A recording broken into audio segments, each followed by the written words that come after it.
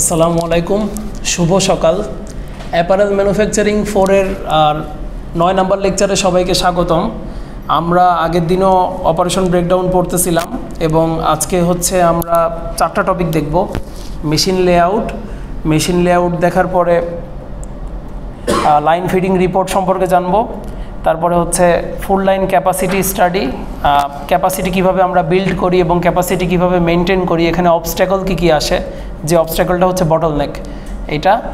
এবং তারপর হচ্ছে লাইন ব্যালেন্সিং খুবই প্র্যাকটিক্যাল একটা ব্যাপার। এটা হচ্ছে মানে এটা লাইনে কাজ না করে বা লাইনে না গিয়ে আসলে বোঝা বা এটা রপ্ত করাটা অনেক টাফ। আর একটা প্রোডাকশন স্টাডি, এটা আমি নিজে করছিলাম প্রোডাকশন স্টাডি 1 ঘন্টার। আচ্ছা, এগুলো নিয়ে কথা বলবো, তাহলে শুরু করি।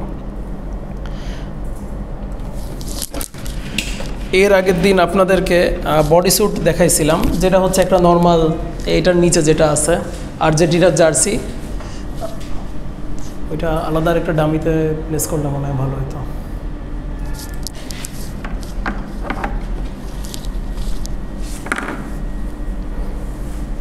নূর একটু সাহায্য করুন তো।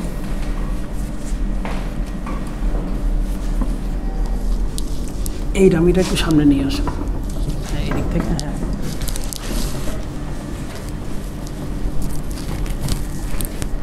কষ্ট করে এটা একটু পড়ে দাও, কারণ আমি যেই মেশিন এটা উল্টা হচ্ছে মনে হয়। কলার, হ্যাঁ ঠিক আছে, কলার সামনে থাকবে, প্লাকেট সামনে থাকবে, ঠিক আছে।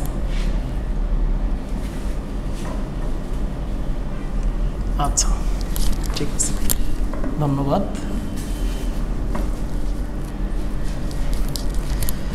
বডি স্যুট যেটা বলতেছিলাম, বডি স্যুট কিন্তু একটা ওই যে টি শার্টের মতোই, শুধু পার্থক্য হচ্ছে নিচে গাসেট আছে এবং গাসেটে স্ন্যাপ বাটন আছে। আর আরেকটা পার্থক্য যেটা আপনাদের আসলে এখন না জানলেও, মানে এটা নিয়ে এখন মাথা না ঘামাইলেও চলবে, যে এখানে এনভেলপ স্লিভ আছে, শোল্ডার জয়েন নাই, এনভেলপ স্লিভ আছে। আমরা হচ্ছে নর্মাল শোল্ডার জয়েন করি আর কি টি শার্টের ক্ষেত্রে। তো এই অপারেশনটা আমি আরেকবার রিপিট করি। এই টি শার্টটার সাথে আপনারা নিজেরা কল্পনা করবেন যে শুরুতে পিছনে একটা লেবেল ট্যাগ করতেছি, এখানেও আছে যে লেবেল সেলাই, সিঙ্গেল লিডের লক স্টিচ দিয়ে লেবেল সেলাই করতেছি, লেবেল ট্যাগ করার পর পিছনে যে নেকটা আছে, নেকটা বাইন্ড করতেছি বাইন্ডিং ফ্যাব্রিক দিয়ে। নেক বাইন্ডিং করার পরে স্লিভ হেমিং করতেছি। এই যে স্লিভের টুকরাগুলো সেপারেটলি আসে, তো এখানে স্লিভ হেম করা নাই। আমার বডি স্যুটটাতে বা আমি যে মেশিন লেআউটটা দেখাবো সেখানে স্লিভগুলা আলাদা করে হেম করা আছে। স্লিভ হেমিং অবশ্য, সরি এটাই তো স্লিভ হেমিং, হ্যাঁ স্লিভ হেমিং করছি। স্লিভ হেমিং করার পরে এই যে স্লিভ অ্যাটাচ করতেছি, বোথ সাইডে স্লিভ অ্যাটাচ করে ফেলতেছি। এই স্লিভ অ্যাটাচে যে ওভারলক অপারেশন, সেলাইটা তো দেখতেছেন আশা করি, দেখা যাচ্ছে না? আচ্ছা, তারপর এই যে এই জায়গাটাতে অপারেশন একটু ডিফারেন্ট হয়েছে, যে প্রথমে শুধু একটা সাইড সিম করতেছি, একটা সাইড সিম করে তারপরে হচ্ছে নিচে যে বাইন্ডিংটা, গাসেটটাকে বাইন্ড করতেছি বাইন্ডিং ফ্যাব্রিক দিয়ে এবং ফ্ল্যাট লক মেশিনে আলাদা বাইন্ডিং ফ্যাব্রিক ইউজ করে। তারপরে বাইন্ডিং করার পর ওই পাশে সেকেন্ড সাইড সিম করতেছি। এই যে এতটুকুতে কারো কোনো প্রবলেম আছে কিনা? ফার্স্ট সাইড সিম বাইন্ডিং, সেকেন্ড সাইড সিম, একজনেরও প্রবলেম থাকলে বলেন, ওটা আমি আবার এক্সপ্লেন করব। বুঝছেন? বলেন, ফ্র্যাঙ্কলি বলেন। এই যে ফার্স্ট সাইড সিম, বটম বাইন্ডিং, তারপরে সেকেন্ড সাইড সিম, এটা কি বুঝছেন? এটা কি একটু বলেন তো, বলতে পারবেন? আচ্ছা, এই গেঞ্জিটা দেখতেছেন? এটা কিন্তু একটা 6 মাসের বাচ্চার গেঞ্জি, এটাকে বডি স্যুট বলে। তো এইখানে প্রথমে এক সাইডে সেলাই দিচ্ছি আমি, এক সাইডে সেলাই দিয়ে আপনি একটু সামনে আসতে পারেন, সামনে এসে ক্যামেরার পিছনে দাঁড়াইলেই হবে। এই যে এই জিনিসটা দেখা যাচ্ছে, এটা কি মনে হচ্ছে এই জিনিসটা দেখে? আপনার কাছে কি মনে হয়? এখানে আলাদা একটা ফ্যাব্রিক ইউজ করা হয়েছে নাকি হয় নাই? হয়েছে। তো এই আলাদা ফ্যাব্রিকটা যেই সেলাইটা দিচ্ছি, মানে নিচে আমার যে ফ্যাব্রিকটা, আমার ফ্যাব্রিক তো এরকম এমনি খোলা ফ্যাব্রিক, সেই ফ্যাব্রিকের উপর দিয়ে আরেকটা ফ্যাব্রিকের একটা কি বলা যায়, একটা বেষ্টনী দিচ্ছি বা একটা আবরণ দিচ্ছি। তো এইটাকে বাইন্ড করা বলতেছে, যে আমি ওই ফ্যাব্রিকটাকে বাইন্ড করতেছি আরেকটা ইয়ে দিয়ে।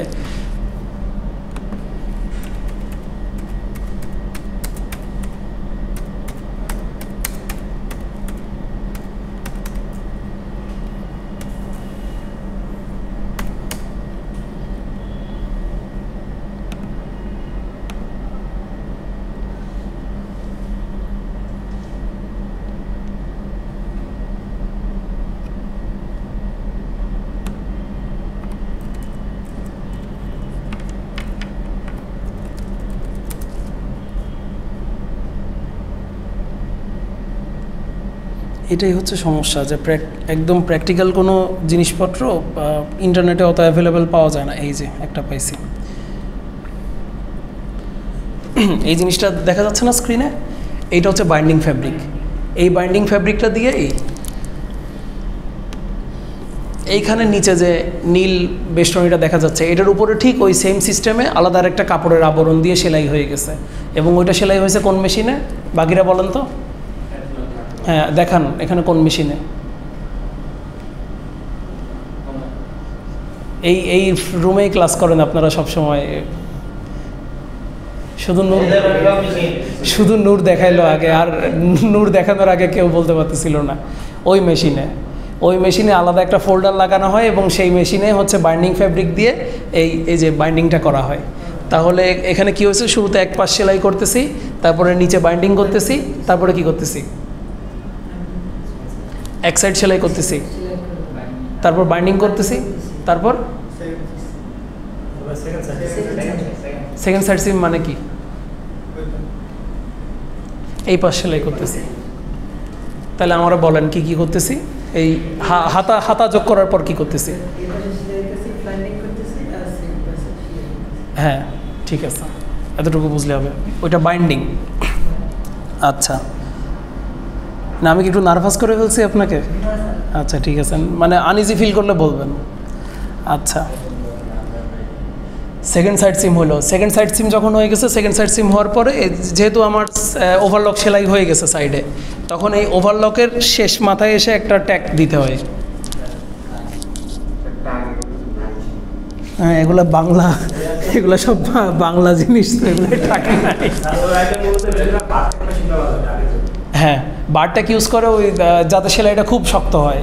আর যদি এমনি যেমন আমার এই আইটেমটায় বারট্যাক ইউজ করে নাই, কারণ এই আইটেমটা মানে অত দামিও না, দামি কিন্তু অত দামিও না যে ট্যাগ দিলেই হবে। হ্যাঁ আসেন, তো হচ্ছে ইয়ে করি, ওখানে ওই ট্যাগ দেওয়া হয়। প্রথমে হচ্ছে স্লিভের বটম এন্ড ট্যাগ, মানে এই যে নিচে যে বটমটা হয়েছে আমার হেমিং করার পর। এখানে আরেকটা বিষয়, আমি তো আপনাদেরকে দেখাচ্ছি আমার বডি স্যুট, আমার আগের লাইনের বডি স্যুটের এক্সাম্পল। এখানে বাইন্ডিং করে ফেলছি, তো এখানে কিন্তু আর হেমিং করা লাগে নাই। আর এই গেঞ্জিগুলোতে কিন্তু হেমিং করা আছে, সেম মেশিন, শুধু একটাতে আমি বাইন্ডিং ফ্যাব্রিক ইউজ করতেছি আলাদা, ফোল্ডার ইউজ করতেছি, ওইটা বাইন্ডিং হচ্ছে। আর এখানে কোনো ফ্যাব্রিক না, এখানে এই গেঞ্জির কাপড়ই ভাঁজ করে সেলাই হয়ে যাচ্ছে। এটাকে কি বলতেছি বাকিরা বলেন? হ্যাঁ হেমিং। বুঝে বলতেছি নাকি না বুঝে বলতেছি? মানে বুঝছি তো, হেমিং আর বাইন্ডিং কি পার্থক্য সবাই বুঝছেন তো? ওকে অবশ্যই।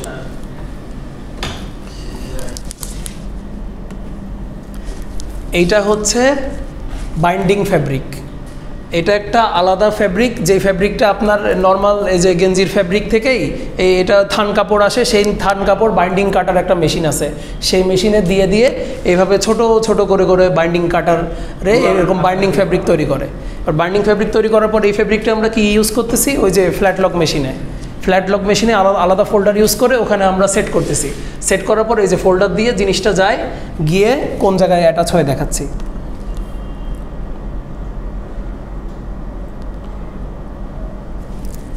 এই যে এই জায়গায় অ্যাটাচ হয়ে যাচ্ছে জিনিসটা দুই পাশে, এটা হচ্ছে বাইন্ডিং। ঠিক আছে, বাইন্ডিংটা আমরা কোথায় দিচ্ছি? নিচে দিচ্ছি। জি, যেখানে হেমিং দেওয়ার কথা এখানে অন্য টাইমে আমরা যে সেলাইটা দিয়ে থাকি, এই যে দেখেন আপনি নিজেও তো একটা পোলো শার্ট পরে আছেন, আপনার নিজের শার্টের তলায় দেখেন এরকম একটা সেলাই আছে না, যে সোজা সেলাই যাচ্ছে, পিছনে হচ্ছে লক করা। এটা কি সেলাই? এটা ফ্ল্যাট লক মেশিনের সেলাই। এটা হচ্ছে চেইন স্টিচও বলে এই সেলাইটাকে। তো এই সেলাইটা হেমিং বলে, এই সেলাইটাকে হেমিং বলে। আর যখন আমি সেম মেশিনে আমি আরেকটা ফ্যাব্রিক অ্যাটাচ করব, তখন সেই সেলাইটাকে কি বলে? বুঝতে পারছেন নাকি আরেকবার রিপিট করব? রিপিট করা লাগলে আরেকবার রিপিট করতেছি। আচ্ছা, এবার ডিফারেন্ট এক্সাম্পল ইউজ করি আরেকটা। আপনার ওই সেম গেঞ্জির পিছনে কিন্তু দেখবেন একটা এরকম আলাদা একটা কাপড় গেছে, হ্যাঁ হ্যাঁ, কলারের ঠিক নিচে এরকম একটা কাপড় গেছে, প্রত্যেকটা গেঞ্জিতে থাকে। যে আমার বাংলাদেশের জার্সিটা উল্টা করে রাখছি, এই যে দেখছেন গোল করে গিয়ে, এটাই বাইন্ডিং বা এটাই পাইপিং। এখানে যখন আবার উপরে যাই সেটাকে আমরা পাইপিং বলি। সবই কিন্তু ওই ওই একটা মেশিনে করতেছি, ফ্ল্যাট লক মেশিনে। হ্যাঁ আলাদা হয়, এই যে এরকম ফেব্রিকই আর কি। কালার আলাদা, ওইটা হচ্ছে ডিজাইনের উপর ডিপেন্ড করে। এই সেম পদ্ধতিতে কলারেও আমরা পাইপিং করতেছি, আবার হ্যাঁ, আর এটা ডিজাইন সাপেক্ষে। আমি যেই কাপড়টা দেখাচ্ছি এটা একটা স্পেশাল ডিজাইন, এটা তো আমাদের সবার কাপড়ে তো এটা নাই, আছে নাই। তো এই স্পেশাল ডিজাইনটা এটাকে আমরা নিচে যখন চলে যাচ্ছে বাইন্ডিং বলতেছি, উপরে যখন যাচ্ছে তখন সেটাকে পাইপিং বলতেছি। আর যদি ওখানে কোনো ফ্যাব্রিকই না থাকে, জাস্ট আমার এই গেঞ্জির কাপড় যেটা সামনের ফ্রন্ট পার্টের কাপড় বা ব্যাক পার্টের কাপড়, এটা ভাঁজ করে সেলাই হয়ে যাচ্ছে, তখন ওটাকে কি বলতেছি? হেমিং। হ্যাঁ, সবই ফ্ল্যাট লক।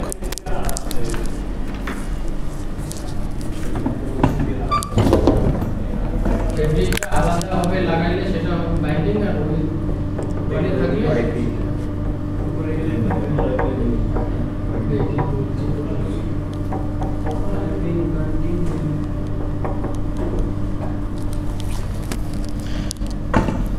এবার আপনি বলেন হেমিং কোনটা?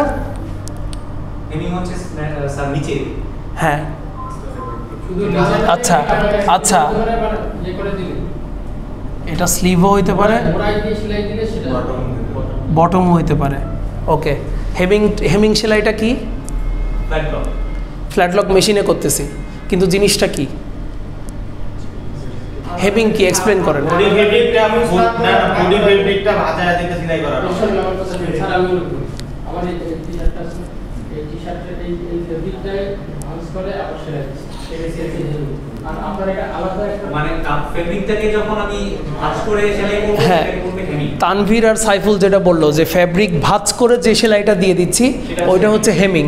ওখানে আলাদা কোনো ফ্যাব্রিক ব্যবহার করতেছি না।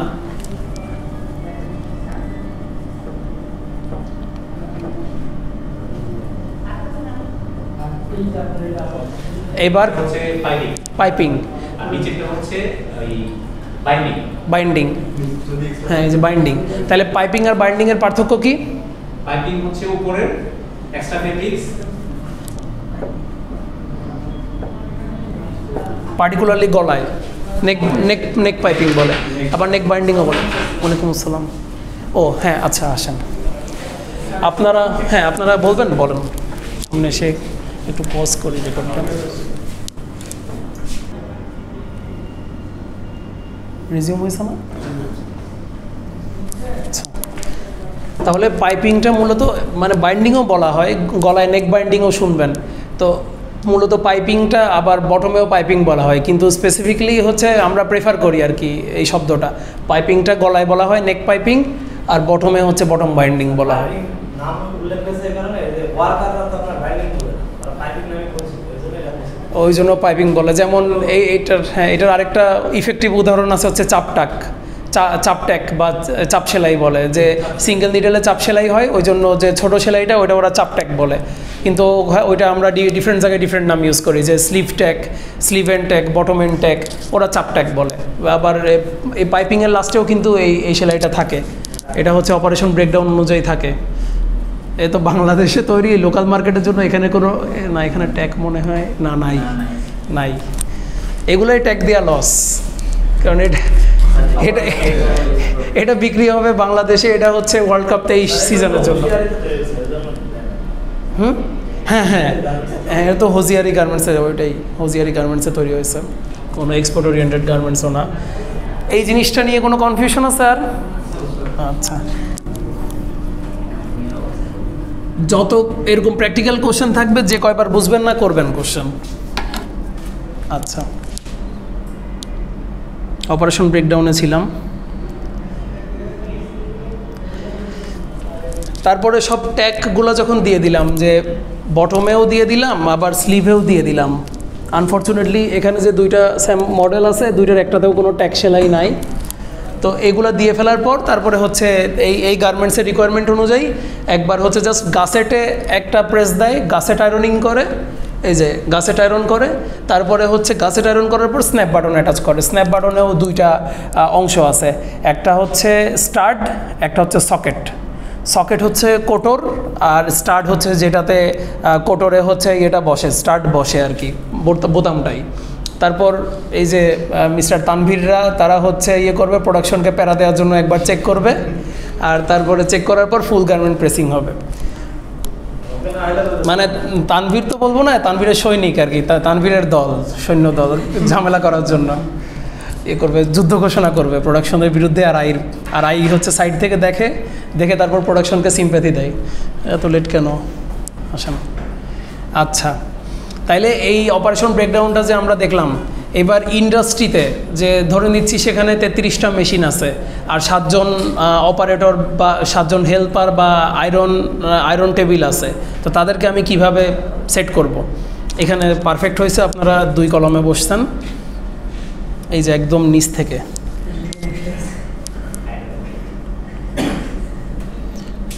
লেখা তো মনে হয় খুবই ঝাপসা হবে, লেখা কি বোঝা যাচ্ছে? আচ্ছা,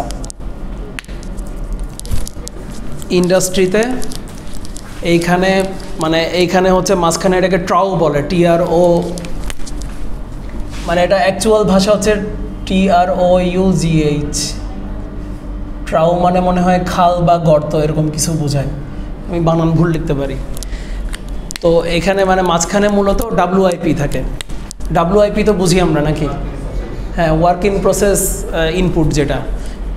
তো শুরুতে যেমন এই আপনাদেরকে যেটা দেখাচ্ছি, মাঝখানে যে ইনপুট বিন, এই ইনপুট বিনটা হচ্ছে মাঝখানের ওই খালটা বা ওই যে মসজিদের বাক্স যেরকম আছে জুতা রাখার জন্য যেই জায়গাগুলো উপাসনালয় এগুলোতে, ওইরকম মাঝখানে ফাঁকা জায়গা করে রাখা আছে, তার ভিতর বান্ডিলগুলো রাখা থাকে। প্রথমে বান্ডিলগুলো হচ্ছে এই যে লেবেল টাকের যে ওয়ার্কার বা যে মেয়ে, এখানে বাইন্ডিং কাটার, আমাদের অরিজিনাল লেআউটে বাইন্ডিং কাটার যেটা, যেহেতু বাইন্ডিং লাগবে, নিচে বাইন্ডিং ফ্যাব্রিক লাগবে, বাইন্ডিং কাটার মেশিনটা অরিজিনালি পিছনে রাখার কথা ছিল, কিন্তু আমাদের বাইন্ডিং কাটারটা ওখানে রাখে নাই। বাইন্ডিং কাটার সেপারেট একটা সেকশনে আছে, ওখান থেকে কেটে নিয়ে আসতো। তো বাইন্ডিং কাটার রাখার পরে সিঙ্গেল নিডল মেশিন 2টা থাকবে। সিঙ্গেল নিডল মেশিন 2টা রাখছে, এটার SMV 0.15, তার মানে এটার ঘন্টায় টার্গেট ছিল 400, মানে আই তো দিবে ওইরকম, বা অ্যাকচুয়াল যে মানে আমার যে বুলেটিন, অপারেশন বুলেটিন, ওখানে দেয়া আছে যে এটার SMV 0.15। SMV 0.15 বলতে কি বোঝায়, তাই তো? এই কোশ্চেনটা আসতে পারে না?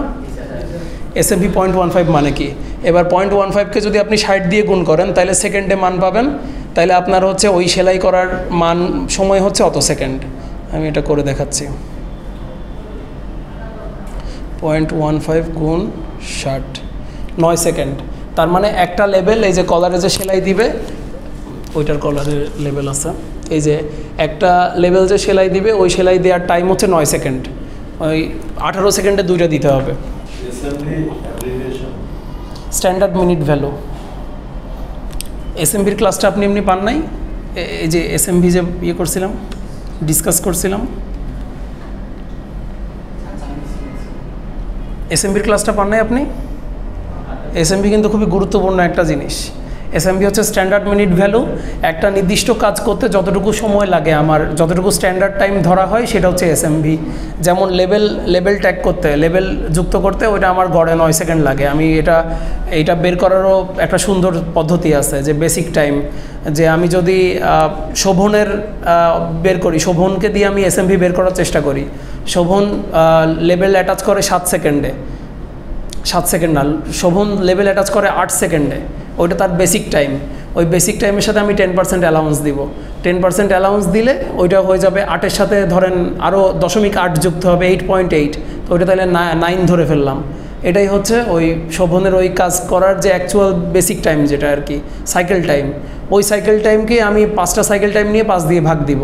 ভাগ দিলে গড়ে যদি আমার 9 আসে, 9 সেকেন্ড, ওই 9 সেকেন্ডকে যদি আমি 60 দিয়ে ভাগ করি, তাহলে মিনিটে নিয়ে গেলাম, তখন ওটা কত আসে? 0.15, 0.15। হ্যাঁ, 100% ক্যাপাসিটি। হ্যাঁ, 100% ক্যাপাসিটি, রাইট। ওইটা 0.15 যখন আসলো, 9 সেকেন্ডকে আমি 60 দিয়ে ভাগ করলাম, 0.15 আসলো। সেই 0.15 এটা যদি আমি এখন 3600 দিয়ে 0.15 গুণ করি তাহলে 400 হয়। টার্গেট দেওয়ার সময় তো আমি 80% দিচ্ছি কিনা সেটা তখন আবার 80 দিয়ে টার্গেট দেওয়ার সময় 100% টার্গেট দেওয়া হয় না। না টার্গেট তো 100% দেওয়া হয় না। 90 বা 80 দিয়ে ওই কথায় আসতেছি, আগে মেশিন লেআউটটা শেষ করি। ওইটা যেটা 100%, এটা তো আপনাকে আইও কিন্তু দুই প্রকার। আমাদের নিজেদের বোঝার সুবিধার্থে দুই প্রকার। একটা হচ্ছে অফিস আরেকটা হচ্ছে ফ্লোর এবার অফিস আইরা করে কি, কস্টিং দেয়। অফিস আইরা হচ্ছে কস্টিং দেয়, তারপর তারা হচ্ছে ব্রেকডাউন দেয়, তারা হচ্ছে SMV দেয়। আর ফ্লোর আইকে বলে কি যে আপনি এই অনুযায়ী আপনার ওয়ার্কার ডেভেলপ করেন। আপনার ওয়ার্কার হচ্ছে, এখন আপনার ওয়ার্কার এটার টার্গেট হচ্ছে ঘন্টায় 400, আপনার ওয়ার্কার এটা দিচ্ছে 200, তার মানে ওর এফিসিয়েন্সি 50%। এবার আপনি যেটা বললেন যে টার্গেট দেওয়া হয় 80%, তো বলে যে অন্তত 70% করে তো তার প্রতিদিন প্রোডাকশন দিতে হবে, না দিলে তো ইন্ডাস্ট্রি চলবে না, আমাদের বেতন হবে না, আমাদের লস খাইতে হবে। মানে এরকম কথা, বিভিন্ন রকম মোটিভেশন বা ভয় দেখানো, থ্রেট দেওয়া, বিভিন্ন রকম মিলেই তো ইন্ডাস্ট্রি চলে। তো আপনি যেটা বললেন 80% দেওয়া হয়, ওইটা কোম্পানি টু কোম্পানি। কেউ হয়তো SMV অনেক বাড়ায় রাখে, বলে 70% অ্যাচিভ করে দাও। কেউ SMV কমায় রাখে, কমায় মানে কি, যে কেউ টার্গেট কম দেয়, টার্গেট কম দিয়ে বলে আমাকে 80% অ্যাচিভ করে দাও। কেউ টার্গেট একটু বেশি দেয়, বেশি দিয়ে বলে আমাকে 70% অ্যাচিভ করে দাও। আর যারা এটা করে যে 70% অ্যাচিভ করে দিতে হবে অন্তত, আর তুমি এর চেয়ে বেশি দিতে পারলে তোমাকে আবার আমি প্রোডাকশন বোনাস দিব, ওখানে মারপ্যাচ আছে অনেক। যে তুমি যদি আমাকে 100%ই দিতে পারো, মাসে 26 দিন ইন্ডাস্ট্রি চলবে, তুমি আমাকে যদি 20 দিন এরকম 100% দিতে পারো, তোমার প্রোডাকশন বোনাস 2000 টাকা হবে। তুমি যদি 10 দিন দাও, তোমার 1600 হবে। এরকম আছে, তো অনেক মারপ্যাচ আছে। এগুলোর জন্য লোক নিয়োগ দিয়ে রাখছে যে হিসাব করবে শুধু যে ও বোনাস কত পাচ্ছে আইতেই। ওকে, তো যেমন এই মেশিন লেআউটে কী ছিল, লেবেল ট্যাগ দেওয়ার জন্য 2টা মেশিন রাখা ছিল, single needle lock stitch machine. এই যে এখানে label tag to side, label tag to side. তারপর হচ্ছে sew neck piping to front and back, sew neck piping to front and back. এই neck piping to front and back যেটা flat lock, ওই যে নেক piping করার জন্য ওই যে পাইপিং যেটা 2টা মেশিন রাখছিল ফ্ল্যাট লক, সেগুলাই হচ্ছে SMV 0.22, টার্গেট হচ্ছে 273 করে। এটা এই যে ম্যাথ করলেই চলে আসবে। আপনারা তো ম্যাথটা বুঝতে পারছেন আশা করি, নাকি প্রত্যেকটার কি ইন্ডিভিজুয়াল ম্যাথ দেখাইতে হবে?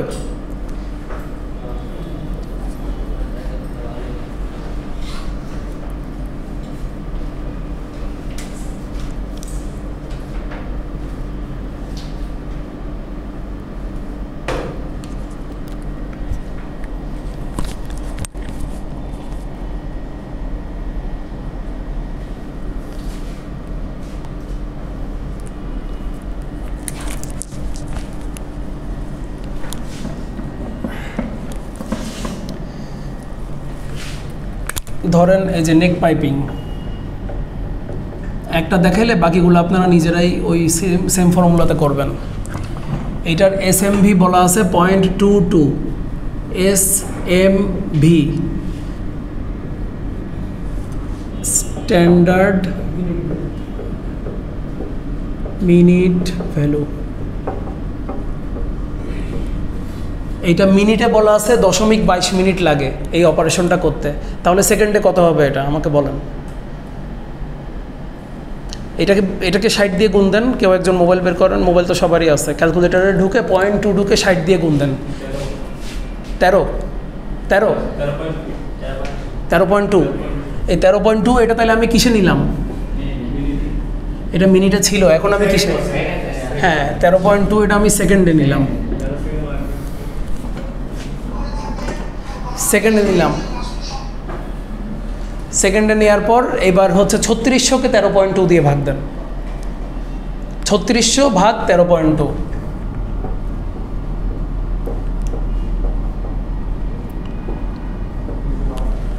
272.7 মানে কত লিখবো? 273 লিখবো, কারণ 272.7 আসছে। হ্যাঁ হ্যাঁ, তো তাহলে এই যে এখানে তাহলে টার্গেট কত লিখতেছি? 273। একটু ঝাপসা হয়ে যাবে, এই যে 273 বোঝা যাচ্ছে কিনা জানি না। হ্যাঁ পার আওয়ার। তাহলে SMV যদি দেওয়া থাকে টার্গেট আমরা বের করতে পারবো নাকি পারবো না? ChatGPT-তে দিয়ে দিলে ChatGPT এমনিই টার্গেট দিয়ে দেয়। আমি আপনাদেরকে এত সহজ জিনিস দিব না, চিন্তা করেন না যে SMV দেওয়া আছে টার্গেট হবে, টার্গেট কত হবে, এটা ওই খাতার পরীক্ষায় দিতে পারি, যারা হচ্ছে সেট এ দিবেন সেটাতে দিতে পারি। আপনাদের নিয়ে পারলাম না, কঠিন প্রশ্ন করি। আচ্ছা, তো এই যে দেখেন নেক পাইপিং আমার SMV 0.22, তো এখানে হচ্ছে আমার 2টা ওয়ার্কার দিছি, প্রত্যেকটা 273 করে দিচ্ছে, তাহলে 273 দুগুণে কত হয়? 27 দুগুণে 54। মানে এখানে এমনভাবে ইয়েটা করে দেওয়া হয়েছে যে অন্তত 500 পিস যাতে আমার ঘন্টায় অ্যাচিভ হয়, এভাবে মেশিন লেআউটটা করে দিছে যে 2টা নেক বাইন্ডিংয়ে একজন যদি 273 করে দেয় তাহলে দুজনে 546 হয়, ঠিক কি না? স্যার এখানে আপনার এই যে ক্যালকুলেশনটা একটু অনেক হার্ড আছে। আচ্ছা। সহজ করতে না আমাদের ভালো লাগে। আর আপনার SMV হলো দুই প্রকার, একটা হলো বডি SMV আর একটা হলো প্রসেস SMV। প্রসেস SMV গুলো যদি সেকেন্ডে দেন তাহলে আমাদের জন্য সুবিধা। আপনাদের SMV তো আসলে সেকেন্ডে না, ওটা তো মিনিটেই থাকে, তাই না? SMV মানে স্ট্যান্ডার্ড মিনিট ভ্যালু। ওটা তো আমার বডি SMV। আচ্ছা, আর যখন আপনার এই যে কস্টিং করে তখন তো এটা আপনার সেকেন্ডে আসে। আমার একটা সেকেন্ডে একটা প্রসেস করতে লাগে 10 টা। আপনি যেটা বলতেছেন, এবার মিস্টার নূর যেটা বলতেছে ওইটা আমি একটু এক্সপ্লেন করে দিই আপনাকে। উনি যেটা বলতেছে যে আমরা কস্টিং যখন করি আমরা সেকেন্ডে করি, এটা অন ক্যামেরা, এবং আমি মোটামুটি আশ্বস্ত যে এই ভিডিও হয়তো ওই বায়াররা দেখবে না, বা এই ভিডিও হয়তো কয়জন কি দেখবে আমি জানি না। SMV যখন হিসাব করা হয়, ওয়ার্কারদেরকে চাপ দেওয়ার জন্য একটা SMV হিসাব করা হয়, আর বায়ারের সাথে নেগোশিয়েট করার জন্য আরেকটা SMV হিসাব করা হয়। তো মূলত আমরা যখন SMV-টা করব আমরা একটা পিস হিসাব করে করব। হ্যাঁ এটা শার্টের হ্যাঁ, একটা টি-শার্ট এক পিস, কিন্তু আমি যেটা বলবো SMV তখন ওইটাও আমরা একটা শার্টের জন্যই করতেছি, কিন্তু পার্থক্য কোন জায়গায় করতেছি? আমরা ডিফারেন্ট মানুষের জন্য। ডিফারেন্ট মানুষের জন্য বলতে কি, যেমন ধরেন ক্লাস 9-এর ধরেন আপনাদের ছোট ভাই বা আপনাদের বাচ্চা হইতে পারে ক্লাস 9-এ পড়ে, সে হচ্ছে স্কুলে একটা পিকনিকে বা বন্ধুরা মিলে একটা হচ্ছে কিছু করবে, প্রোগ্রাম করবে, ওখানে একটা চাঁদা ধরছে 400 টাকা। তো ও বন্ধুদেরকে বলবে যে আমার আসলে 400 টাকা দেওয়ার সামর্থ্য নাই, আমি দিব 350 টাকা। ও বন্ধুদেরকে বলবে যে আমি 350-র বেশি কিন্তু দিতে পারবো না। এবার ও ঘরে এসে আপনাদের বলবে কি, স্কুলে তো একটা প্রোগ্রাম হয়েছে, ওটা তো 600 টাকা চাইছে চাঁদা। ব্যাপারটা কি আপনারা বুঝতেছেন কি না? SMVও এরকম 2টা করা হয়। SMV এক জায়গায় 350 থাকে, আরেক জায়গায় 600 থাকে। বাসায় বলতে হয় যে না, আসলে 600-র নিচে তো একটা গেঞ্জি, আমরা গেঞ্জি SMV তো করা হয় সবার জন্য, কিন্তু এক্সাম্পল দেওয়া হয় হচ্ছে যেটা টপ, যেটা সবচেয়ে কম সময় করবে ওইটা এক্সাম্পল হিসেবে দেওয়া হচ্ছে। ও পারতেছে 5 সেকেন্ডে, তুমি পারবা না। SMV কিন্তু একটা স্ট্যান্ডার্ড ভ্যালু, মানে এটা কিন্তু আপনি টপ যেটা বলতেছেন এমন না যে আমার SMV শোভনের জন্য ডিফারেন্ট হবে, নূরের জন্য ডিফারেন্ট হবে, ব্যাপারটা কিন্তু তা না। SMV হচ্ছে টপটা দিয়েই করা হয়। মানে আমি যে এক্সাম্পলটা দিলাম ওইটা কি আপনি বুঝছেন? যে ধরেন জার্সি বানানোরই খরচ, সে ঘরে এসে টাকা নিচ্ছে 600, কিন্তু সে স্কুলে আসলে দিচ্ছে 350। ব্যাপারটা কীরকম?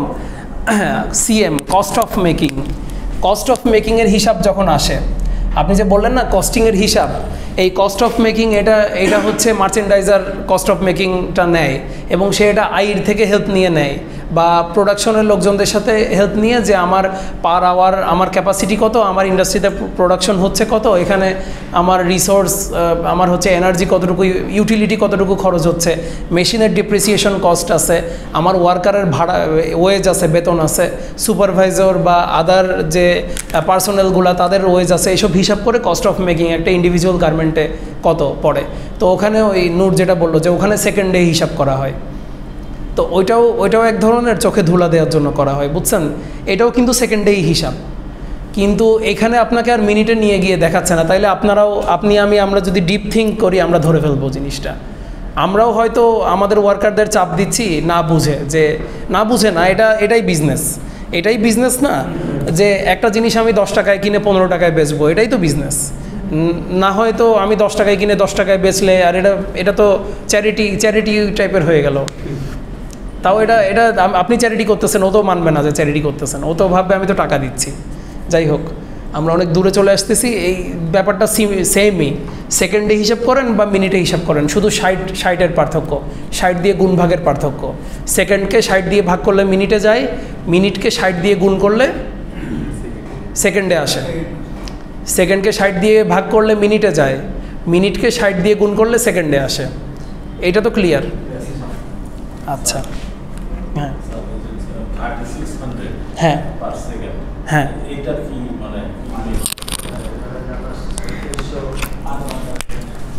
এখানে সেকেন্ড কি জন্য লিখছি, এই নেক পাইপিংয়ের জন্য আমার সেকেন্ড লাগতেছে 13.2, সেটা 3600 মানে হচ্ছে 1 ঘন্টা, 1 আওয়ার। 1 আওয়ার সমান 3600 সেকেন্ড, এটা তো আমরা জানি। তো এবার আবার যদি লেভেল ট্যাকের জন্য হিসাব করি, 3600 ভাগ 9, তখন কিন্তু 400 আসছিল, আপনাদের খেয়াল আছে কিনা জানি না। এই জন্য আমি ওখানে সেকেন্ডস লিখে রাখছি, যে প্রত্যেকটা অপারেশনের জন্য এই সূত্রটা ফিক্সড। প্রত্যেকটা অপারেশনের জন্য 3600 ডিভাইড বাই সেকেন্ডস, তাইলে আপনার ঘন্টার টার্গেট চলে আসতেছে। 60 মিনিট। হ্যাঁ, কি কিছু বলতেছিলাম? হ্যাঁ, ওই সেম জিনিস, ওই হ্যাঁ সেম জিনিস আমি সেকেন্ডে দেখাচ্ছি আপনাদেরকে। আর আপনি যেটা বললেন 60 ভাগ এসএমভি, ওটা আপনি মিনিটে করছেন। হ্যাঁ, একই জিনিস আসবে, একই জিনিস আসবে। মানে আপনারা যখন বলতেছেন বুঝতে একটু প্রবলেম হচ্ছে, আমি একটু আরও বেসিকে গিয়ে বোঝানোর চেষ্টা করতেছি সেকেন্ড দিয়ে। কোনো প্রশ্ন আছে? আচ্ছা, ঠিক আছে। তাহলে এই যে দেখেন, এখানে নেক পাইপিংয়ের জন্য 2টা মেশিন দিয়ে রাখছে, ফ্ল্যাট লক। তারপরে স্লিভ হেমের জন্য 3টা মেশিন দিয়ে রাখছে, কারণ স্লিভ হেমে একটা আলাদা অপারেশন আছে। স্লিভ হেমে একটা আলাদা অপারেশন আছে, সেই অপারেশনটা হচ্ছে আপনি যখন স্লিভ করতে থাকবেন, এটা ফ্লোরে গিয়ে না দেখলে আসলে বোঝা যাবে না, যে যারা স্লিভ হেমিং করতে থাকে তারা কিন্তু স্লিভ একটার পর একটা দিতেই থাকে, আর হেমিং হয়ে হয়ে চলে আসে। পরে কিন্তু সবগুলা নিয়ে কোলের ভিতর নিয়ে একটা একটা করে কাটতে হয়, বুঝছেন? এখানে আলাদা একটা ওই যে ক্লিপারের একটা আলাদা অপারেশন আছে, ওই জন্য স্লিভ হেমে 3 জন দিয়ে রাখছিল। এবং আমাদের ফ্লোরে স্লিভ হেমে মানে হেমিংয়ের অপারেটর, ফ্ল্যাট লকের হেমিংয়ের অপারেটরের স্বল্পতা ছিল, ওই জন্য এখানে টার্গেট ঠিকই দেওয়া আছে এসএমভি 0.17। আর আপনি যেটা বললেন যে আমি 60কে এসএমভি দিয়ে ভাগ দিলেও আমার টার্গেট চলে আসে, এটা ক্যালকুলেটর একজন বসান 353 আসবে। 60 ভাগ 0.17, এটা জাস্ট মিনিটে করা। ওই উপরের হিসাব আর এই হিসাব সেম। এখানে একটা 60 গুণ থাকতেছে, এখানে একটা 60 গুণ থাকতেছে। ওই উপরের হিসাবটা 3600 ভাগ 9 আর 60 ভাগ 0.17, ব্যাপারটা সিমিলার। তো এখানে 353 আসে। এটা হচ্ছে স্লিভ হেমের টার্গেট। স্লিভ হেমের 3টা মেশিন দিছে, মেশিন দেওয়ার পর এই যে স্লিভ অ্যাটাচ আরেকটা এই আইটেমটার জন্য, যে আইটেমটা আমি দেখালাম বডি স্যুট, ওটার জন্য একটা ক্রিটিক্যাল অপারেশন। তো ওই স্লিভ অ্যাটাচের জন্য 7টা অপারেটর ছিল আমাদের, এবং স্লিভ অ্যাটাচে এসএমভি 0.52 ছিল, এসএমভি 0.52 ছিল, টার্গেট 115 ছিল। তো এখানে হয়তো 50-60 এরকম করে দিত ঘন্টায়, 50 পিস 60 পিস, যারা ভালো তারা হচ্ছে 80 পিস 90 পিস দিত, এরকম আর কি। তো এটা একটা ক্রিটিক্যাল অপারেশন, এই জায়গাটাতে কাজ জমে থাকতো। মানে ব্যাপারটা কীরকম, যে এখানে 5 জন সিরিয়ালে হচ্ছে স্লিভ অ্যাটাচ করতেছে, 5 জন স্লিভ অ্যাটাচ করে এখান থেকে ঘন্টায় বের হচ্ছে 350 পিস। তো এর আগে যারা স্লিভ হেমিং করছে বা যারা হচ্ছে পাইপিং করছে, তারা কিন্তু 500 পিসের উপরে দিছে। এখান থেকে যখন 350 পিস আসতেছে, তখন আপনারা হচ্ছে সাইড সিমের অপারেটর, মানে স্লিভ হেমের পরের অপারেশনটা, ওখান থেকে আসতেছে 350। তো আপনি তো 350 হাতে নিয়ে আপনি করবেন, আপনারও তো একটু সময় লস হবে। আপনি 340-এর বেশি দিতে পারতেছেন না। আপনি 340-এর বেশি যখন দিতে পারতেছেন না, এরপর বটম বাইন্ডিংয়ে এসে তারা দিতে পারতেছে 320। বটম বাইন্ডিংয়ের পর যখন ওই স্লিপ ট্যাক করতেছে, স্লিপ ট্যাকে হয়ে যাচ্ছে 310। তারপরে সামনে যখন ওই গাসেটে বাটনিংয়ে আসতেছে, ওই স্ন্যাপ বাটন অ্যাটাচ, ওখানে তখন হয়ে যাচ্ছে 290। আমি যে ঘটনাটা ব্যাখ্যা করলাম, এটা কি বুঝতে পারছেন নাকি আরেকবার রিপিট করা লাগবে? তাহলে প্রবলেমটা শুরু হচ্ছে কোন জায়গা থেকে, এটা প্র্যাকটিক্যাল কাহিনী বলতেছি। স্লিভ অ্যাটাচে এই অপারেশনটাকেই বলা হয় হচ্ছে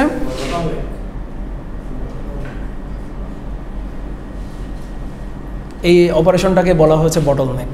তা আমি প্র্যাকটিক্যাল কথার ভিতর বলে দিলাম, আবার বটল নেকটা দেখলেন, আমরা আবার ইয়েতে ফেরত যাই। বটল নেক হচ্ছে যে বোতলের গলা, বোতলের গলাটা চিকন সরু না, এর আগে পুরো বোতলটাই, একটা মাম পানির বোতল চিন্তা করেন, একটা স্প্রাইটের পানির বোতল চিন্তা করেন, পুরো বোতলটাই অনেক প্রশস্ত, গলাতে এসে শুরু করে দেওয়া হয়েছে ওই জায়গা দিয়ে পানি কম বের হতে, যাতে পানি কম বের হতে পারে। ওখান থেকে তো পানি বেশি বেরোলে আমরা খাইতে পারবো না, তাই না, জগের মতো হয়ে যাবে। হ্যাঁ হ্যাঁ, যেখান থেকে আর ফ্লোটা কমে যাচ্ছে। হেমিং এবার এইটার ডিসকাশনও আমরা নিচে আসবো, যে লাইন ব্যালেন্সিং, আপনি যেটা বলছেন লাইন ব্যালেন্সিং, হেমিংয়ের অপারেটর দিয়ে কি আপনি স্লিভ অ্যাটাচে দিতে পারবেন? হ্যাঁ, ওটা তো আপনি ওটা তো আপনি হচ্ছে মাল্টি স্কিলড অপারেটরের কথা বলতেছেন।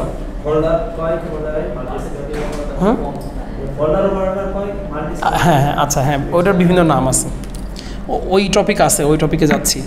ওকে, স্লিভ অ্যাটাচে 7 জন অপারেটর রাখা হয়েছে। বোর হচ্ছেন সবাই? ইয়ে করবো, এইটা শেষ করে জাস্ট ওই গেঞ্জিটা নিয়ে আসছি, এটার ব্রেকডাউন দেখাই দিব। ব্রেকডাউন তো আগের দিনও বলছিলাম, তাহলে শেষ ক্লাস। স্লিভ অ্যাটাচে 7 জন অপারেটর ছিল, 7টা মেশিন আছে। তারপরে ফার্স্ট সাইড সিমে মনে হয় 3 জন ছিল। এই যে ফার্স্ট সাইড সিম ফার্স্ট সাইড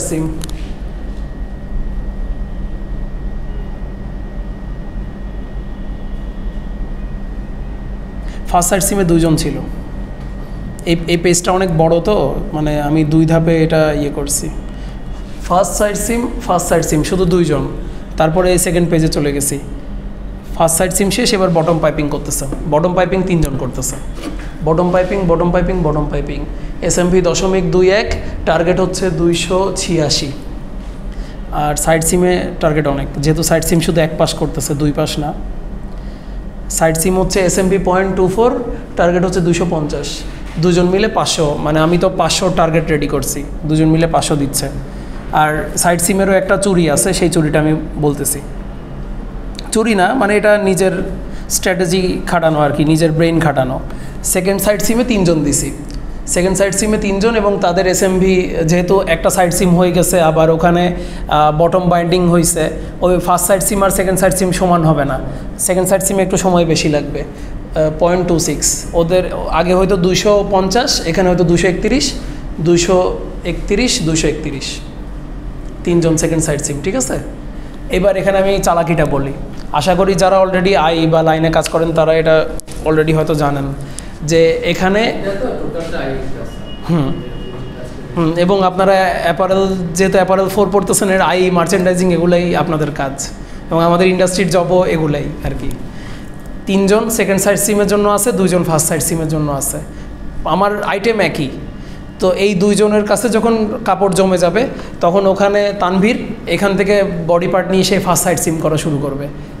আর কিছুক্ষণ করে তারপর এটা চালু হয়ে গেল। চালু হওয়ার পর এবার সেকেন্ড সাইড সিমে আইটেম জমে গেছে, তখন তানভীর হচ্ছে ওখানেই সাপোর্ট দিবে। ব্যাপারটা বুঝতে পারছেন? মানে প্র্যাকটিক্যাল কথা আর কি, এগুলো বইয়ে।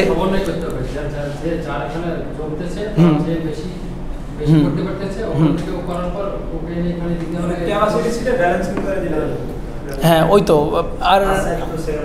আর আমার ইন্ডাস্ট্রি ধরেন সব কিছু ডিজিটাল রেকর্ড রাখতো, ওই যেমন দেখালাম যে ওয়েবসাইটে লাইভ ডাটা সেট হইতো, তো ওইটার একটা আলাদা অ্যাপ ছিল। সেই অ্যাপে কোনো অপারেটরকে যদি ব্যালেন্সিং করার জন্য আমি ইউজ করতাম, যে 2টা মেশিনে কাজ করবে, ওর কিন্তু ক্যাপাসিটি ওইভাবে দেখানো লাগতো, সেটাই আবার রেকর্ড হইতো ওয়েবসাইটে। যাই হোক, ওইটা মানে ওটা একটা আধুনিক ফ্যাক্টরির একটা নিয়মকানুন, বা আধুনিক ফ্যাক্টরিতে কী থাকে না থাকে, কিভাবে ডাটাগুলো স্টোর হয়, এবং যত আধুনিক জিনিসপত্র আসবে ততই ইঞ্জিনিয়ার বা শিক্ষিত লোকের দরকার ইন্ডাস্ট্রিতে বাড়বে। বুঝতে পারছেন? এই আর কি। ওকে, সেকেন্ড সাইড সিমে 3 জন ছিল, তারপর বটম ট্যাকে 2 জন ছিল, আর স্লিভ অ্যান্ড ট্যাকে 4 জন ছিল। ট্যাগ সেলাইগুলা ওই সিঙ্গেল নিডেলের ঝামেলা একটাই, যে সেলাই দেওয়া কোনো কষ্ট না, সেলাই দিয়ে আবার কাটতে হয়। আপনি একটা কাজ যখন সিরিয়ালে করবেন তখন অনেক বেশি প্রোডাকশন দিতে পারবেন, কিন্তু আপনি যদি 2-3টা কাজ একসাথে করা শুরু করেন, আপনার ইফিকেসি বা এফিসিয়েন্সি কমে যাবে স্বাভাবিকভাবেই। স্লিভ ট্যাকের SMV ওই জন্য দেখেন, স্লিভ না, আগে বটম ট্যাক হচ্ছে 0.15। বটম ট্যাক তো শুধু এক সাইডে, বটমে দিচ্ছি এক সাইডে, ওটার SMV 400, ওই লেভেল ট্যাকের মতো 0.15 400। স্লিপ ট্যাগ তো 2 হাতে দেওয়া লাগতেছে, ওই জন্য ওইটার এসএমবি 3, টার্গেট 200। ওইটা করতো স্লিপ ট্যাগ 4 জন, বটম ট্যাগ করতো 2 জন, গাসেট আয়রন করতো 1 জন। কারণ যারা আয়রন করে সচরাচর আয়রনে ছেলেদেরকে রাখে বা মহিলাদের ভিতর যারা একটু মানে হেলদি মহিলা, যাদের একটু শক্তি টক্তি আছে, ভারী জিনিস তুলতে পারে, ওই আয়রনিং ওরা করে। আর যারা আয়রনিং করে তারা পারদর্শী হয়ে যায়। ওই একজনই গাসেট আয়রন ওই 500 পিস করে দিতে পারতো, বা 700 পিস আসলে 700 পিসও করতে পারতো। তারপরে এই যে ফিক্স আইলেট এগুলা দেখানোর জন্য দেখানো হয়েছে। ফিক্স আইলেট এটা ছিল না, সরাসরি ওই আচ্ছা ফিক্স আইলেট বলতে ওটা বোঝাচ্ছে আর কি স্ন্যাপ বাটন অ্যাটাচ করা। স্ন্যাপ বাটনও যারা অ্যাটাচ করতো তারা পারদর্শী, মানে তাদের অত প্যারা হয় না, স্ন্যাপ বাটন ওরা দ্রুতই অ্যাটাচ করতে পারে। এটা হচ্ছে আপনাদের একটা মেশিন লেআউট অপারেশন ব্রেকডাউনের, বডি স্যুটের অপারেশন ব্রেকডাউনের মেশিন লেআউট। তারপর যখন আপনারা এই নতুন স্টাইলটা লাইনে ঢুকাবেন, তখন একটা লাইন ফিটিং রিপোর্ট করতে হয়। এটা আপনারা নিজেরা দেখে নিন, ওই সেম অপারেশনের নাম দেওয়া আছে, প্রত্যেকটা ওয়ার্কারের আইডি কার্ড দেওয়া আছে যে এই ওয়ার্কারকে আমি এই মেশিনে বসাইছি, তার জন্য 10 মিনিট রাখছি মেশিন সেট করে দেওয়ার জন্য, 10 মিনিট দেখানো হয়েছে, তার কোনো ডিফিকাল্টি ফেস করা লাগছে কিনা মেশিনে, বা তাকে স্টাইল শিখাই দিতে কোনো ডিফিকাল্টি ফেস করা লাগছে কিনা, এগুলো এখানে রিপোর্ট করতে হয়। যে আমি এই যে 12:30 বাজে আমার কাজ শুরু করছি, এই লাইন ফিডিং আমার হয়তো এটা পরের দিন সকালেও পর্যন্ত চলে যায় লাইন ফিডিং নিয়ে কোনো কোশ্চেন আছে?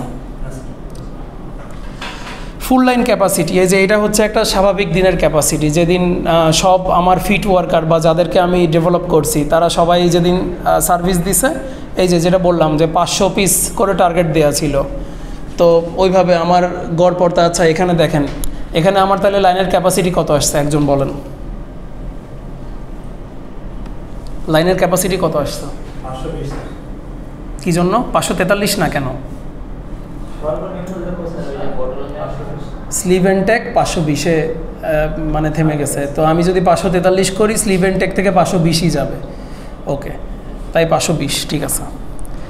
আর বটল নেক, এই যে বটল নেক সাইড সিম আদার সাইড, ওই দিন প্রবলেম কী হয়েছিল, ওই দিন একটা অপারেটর আসে নাই, তা আমাকে এটা বটল নেক দেখানো লাগছে, যাতে এদিন যদি আমি একটা ফোরকাস্ট দিয়ে একটা টার্গেট দিলাম যে এই লাইন থেকে আমার আজকে 4000 পিস বের হবে, কিন্তু আমি 4000 পিস বের করতে পারলাম না, তখন যাতে আমি বলতে পারি যে আমার অপারেটর ছিল না, আমি আরেক লাইন থেকে আনছি, এনে ওই লাইনেও একটু কমে গেছে, এই লাইনেও একটু কমে গেছে, এটা যাতে আমি প্র্যাকটিক্যালি বলতে পারি, এই জন্য বটল নেক দেখাইতে হয়। বটল নেক হইলে তো দেখাবেন, মানে এমন তো না যে ওয়ার্কারকে তো ছুটিও দিতে চায় না ফ্যাক্টরিতে। সকালে এসে সলভ করা হয়, তারপরও এটা এই ফানি ঘটনাটা কখন ঘটে? যখন বেতন দেয়া হয়। মানে এগুলা সব জীবন থেকে নেয়া, এমন না যে আমি আপনাদেরকে এখানে দাঁড়াই রূপকথার গল্প শোনাচ্ছি।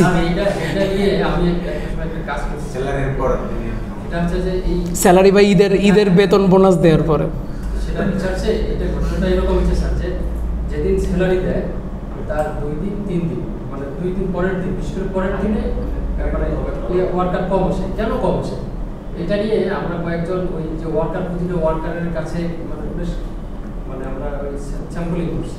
আচ্ছা, সার্ভে করছেন। দেখি যে মানে ম্যাক্সিমাম যে ঘটনাটা ঘটে, ম্যাক্সিমাম ওদের স্বামীরা কাজ করে না, বা রিক্সা চালায় বা আশেপাশে মুদি দোকানে কাজ করে, যে কোনো কিছু করে আর কি, ওরা ওই কাজা টোকা খায়। যেদিন বেতন দেয় পরের দিন সেদিন রাতে এসে ওই ওদের স্বামীরা টাকা চায় বা যে কোনো কারণে ঝগড়াটা লাগে, তারপরের দিনে কি করে ওই মহিলা বলে যে আমি চাকরি করবো না, সে মন খারাপ করে চাকরি ইয়েতে যায় না, এটা একটা কারণ। আরেকটা কারণ থাকে যে যখন ওরা আসে মানে বেতন নেয়, তখন টার্গেট থেকে আমি বেতন পাবো, বেতন নিলে আমি চাকরি করবো, আমি গ্রামে চলে যাবো, এটা একটা কারণ। মানে অনেক কিছু ফ্যাক্টর আছে, এই ফ্যাক্টরগুলোর কারণে এই ওরা আসে। আবার আরেকটা ব্যাপার হচ্ছে অনেকে সুইচ করে যে ওই আগে থেকে আছে যে সে এখানে কথা বলে রাখছে, হ্যাঁ সে কথা বলে রাখছে যে বেতন পাওয়ার পর আমি আসবো, এটাতে জয়েন করব। তো ওইটাই তো এখানে আইরাই আসলে বেশি স্ট্রাগল করে, কারণ একটা ওয়ার্কার চলে গেল, সেট ওয়ার্কার, ওখানে আবার আমি নতুন একটা ওয়ার্কার আনবো, এনে লাইনটাকে আবার রেডি করব। তো যাই হোক, এটা part of life, part of job. আপনাদের এই গার্মেন্টসে মানে আরএমজিতে একটা খুব বড় ধরনের ম্যাল প্র্যাকটিস হয়, এটা হচ্ছে যে কেউ যদি ওখান থেকে জব সুইচ করে, বিশেষ করে একজন প্রোডাকশন ম্যানেজার অথবা সুপারভাইজারও যদি হয়, সেও গেলে কি করে তার যে সাথে লোকজন দল ধরে নিয়ে যায়। এটা তো শুধু সুপারভাইজার বা ওয়ার্কার না, এটা একদম টপ লেভেলেও আছে, যে যখন একটা জিএম যাবে বা একটা এজিএম সে সুইচ করবে, সে তার নিচের বিশ্বস্ত হচ্ছে এক্সিকিউটিভদেরকে নিয়ে যায় আরেক জায়গায়, যে প্রমোশন দিবে বা বেটার স্যালারি বা ওয়ার্ক ফ্লেক্সিবিলিটি এরকম ইয়ে করে। কারণ এইসব জায়গায় হয় কি, দল ছাড়া আসলে কেউ কাজ করতে পারে না। আপনি নিজেই একটা বড় পজিশনে যখন আসবেন, আপনি নিজের বিশ্বস্ত লোক ছাড়া। আমরা একটা জিনিস এখানে পাইছি,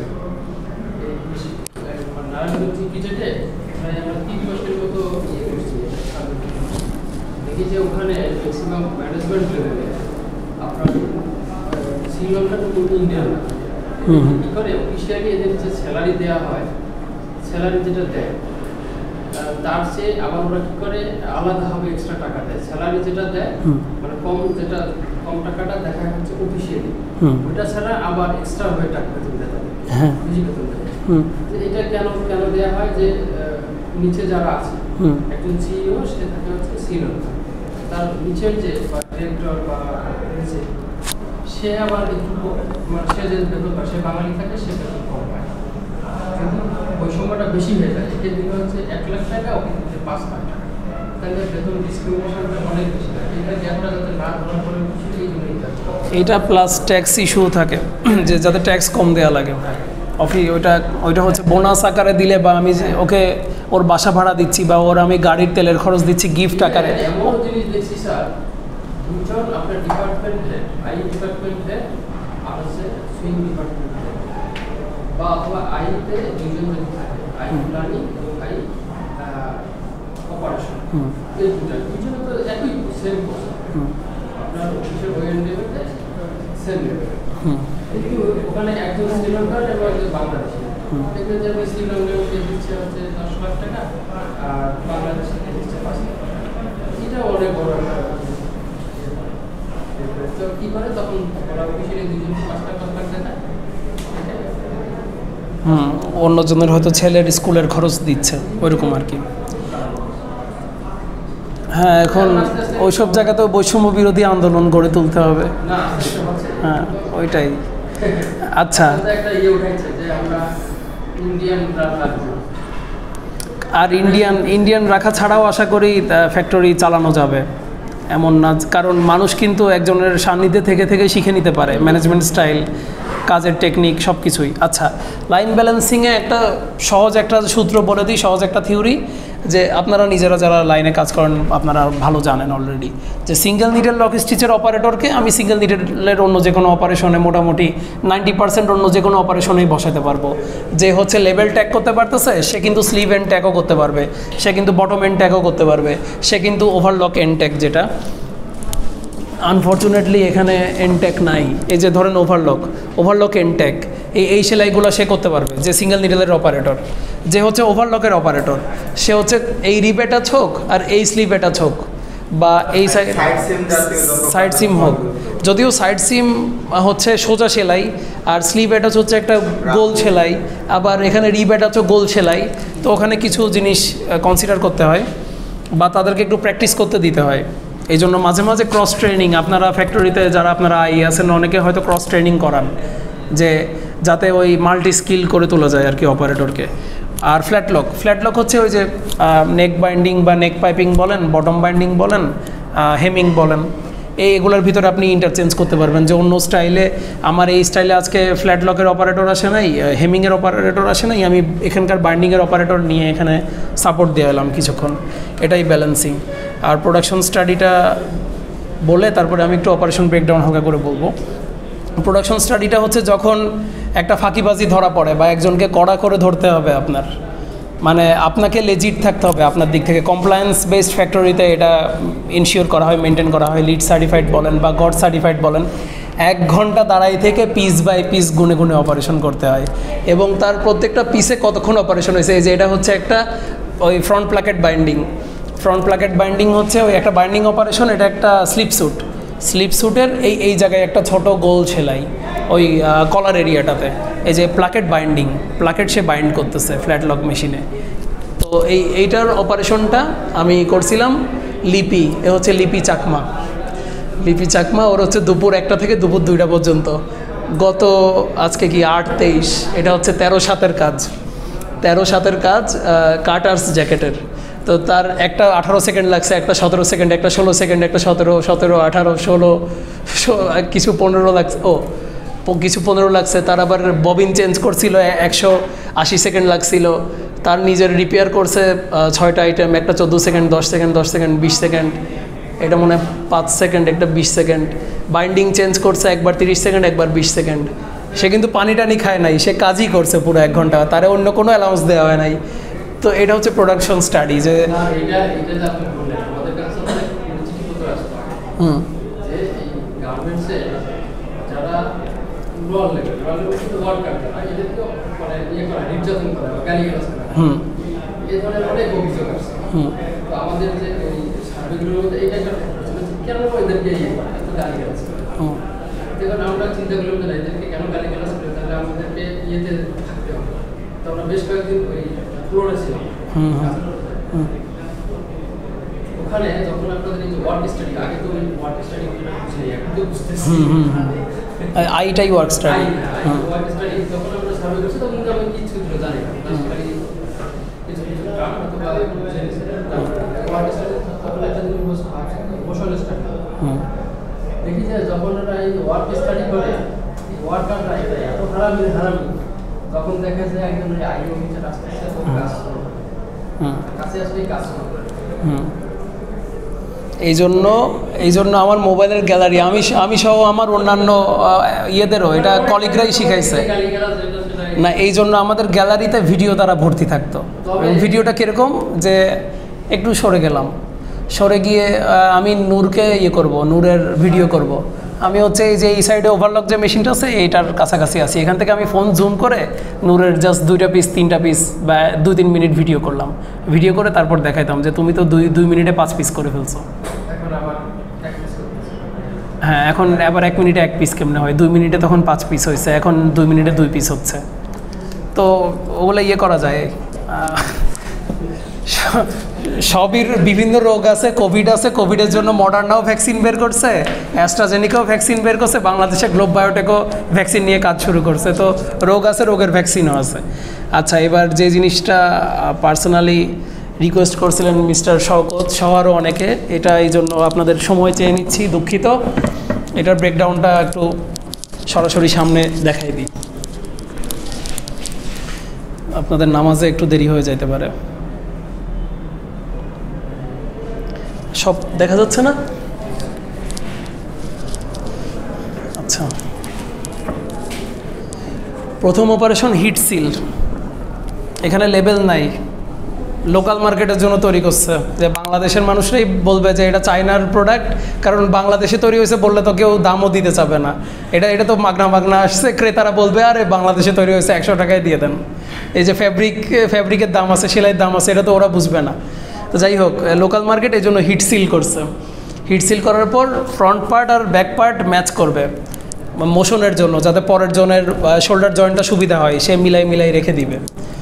মিলাই রেখে দেওয়ার পর পরের জন্য শোল্ডার জয়েন করতেছে, 2 পাশে শোল্ডার জয়েন করতেছে, এই যে এই সেলাইটা 2 পাশে শোল্ডার জয়েন করতেছে, আর এক্সট্রা থ্রেড কাটতেছে অ্যান্ড কাট।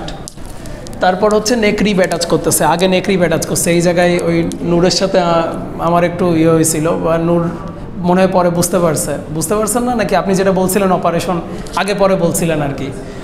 এখানে আগে রিব অ্যাটাচ হয়েছে, এটা কি নেক বাইন্ডিং কীভাবে পরে অ্যাটাচ হয়েছে কীভাবে বুঝবো, এটা আমি একটা তাসের ছবি দেখাইছিলাম, ডেক অফ কার্ড, যে 5টা কার্ড, বা আপনারা যদি সিঁড়ির কথা চিন্তা করেন যে কোন সিঁড়িটা আগে কোন সিঁড়িটা পরে, বা তাস যখন সাজানো হয়, বা একসাথে আমি ধরেন 3টা বই সাজাইলাম, হাতে তো দেখা যায় কোন বইটা আগে আসতেছে, একটা ধাপ হয়ে যায় না, এখানে ওইটা দেখে বোঝা যায়। এখানে কিন্তু আপনারা দেখবেন না যে জয়েন হয়েছে ওভারলক দিয়ে, ওভারলক জয়েনের সেলাইটা দেখা যাচ্ছে না পাইপিংয়ের কারণে, কারণ পাইপিংটা পরে সেলাই করা হয়েছে, উপরে সেলাই করা হয়েছে। বুঝতে পারছেন তো? ওকে, নেক রিব অ্যাটাচ করার পর পাইপিং, এই যে বললাম পাইপিং হওয়ার পর এবার আবার সামনে ফ্রন্ট পার্টে চলে আসবো আমরা। আচ্ছা, পাইপিংয়ের পর এই যে ফ্রন্ট প্লাকেট বডি প্লেসমেন্ট, এটা ফ্রন্ট প্লাকেট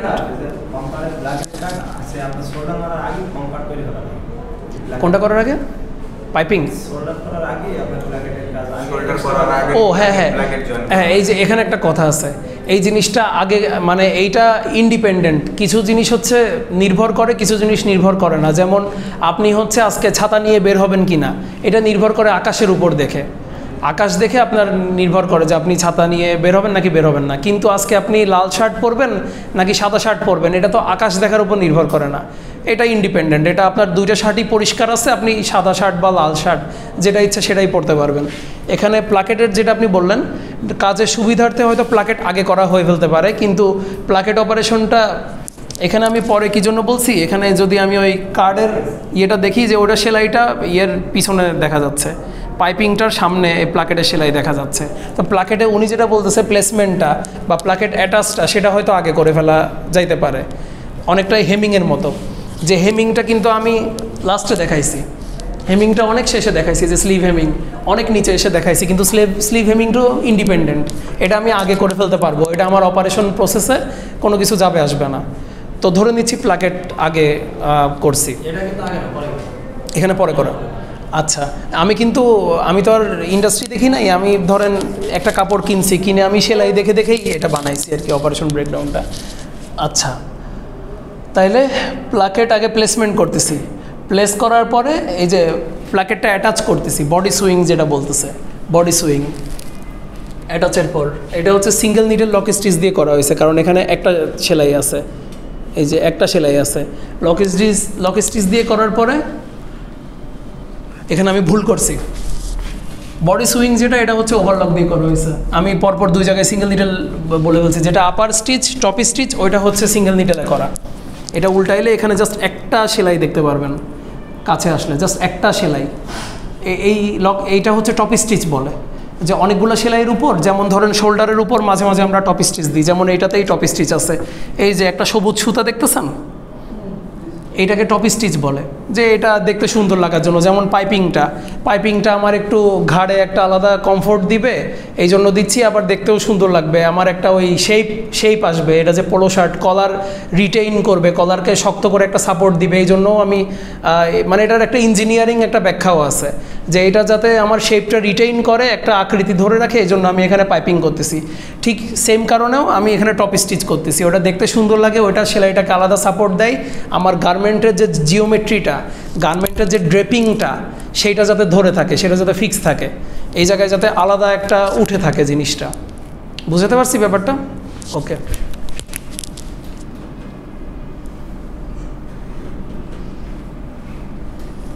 ওকে। তো ওইটা সিঙ্গেল নিডেল হবে না, যেটা বডি সুইংটা হচ্ছে ওভারলক, বডি সুইং ওভারলক হওয়ার পরে হ্যাঁ, এইটা তো অ্যারাউন্ড ওভারলক, এটা হচ্ছে যে প্লাকেট অ্যারাউন্ড ওভারলক, এই প্লাকেটটা চারিপাশে ওভারলক করছে।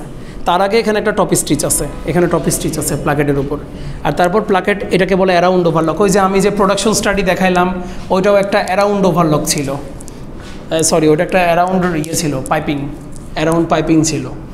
এরপর আমি স্লিভ হেমিং বললাম, এই স্লিভ হেমিংটা আগেও করা যাইতে পারে, এটা ইন্ডিপেন্ডেন্ট, এটার সাথে রেস্ট অফ দ্য বডি এখনও পর্যন্ত কোনো ইস্যু হয় নাই। কিন্তু আমি স্লিভ অ্যাটাচ করে ফেলার পর, আর স্লিভ অ্যাটাচ করার পর কি হেমিং করা যায়? চুরি হেম করা যায়, ওইটা হচ্ছে যেগুলো ন্যারো সিলিন্ডার মেশিন আছে সেগুলোই করার জন্য, ওইটা স্পেশাল অপারেশন। তো যাই হোক, যেটা বললাম এটা ইন্ডিপেন্ডেন্ট, এটা রেস্ট অফ দ্য বডির সাথে ডিপেন্ডেন্ট না। তো তারপরে আমি স্লিভ অ্যাটাচ হেমিং করার পরে স্লিভ অ্যাটাচ করতেছি।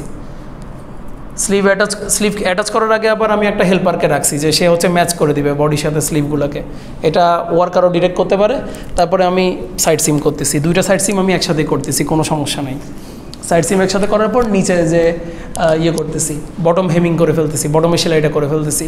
করার পর এখানে হচ্ছে এই প্লাকেটে ছিদ্র করছি, আর এই প্লাকেটে বোতাম অ্যাটাচ করছি, মানে ওই যে mark and button holding, mark and button attaching.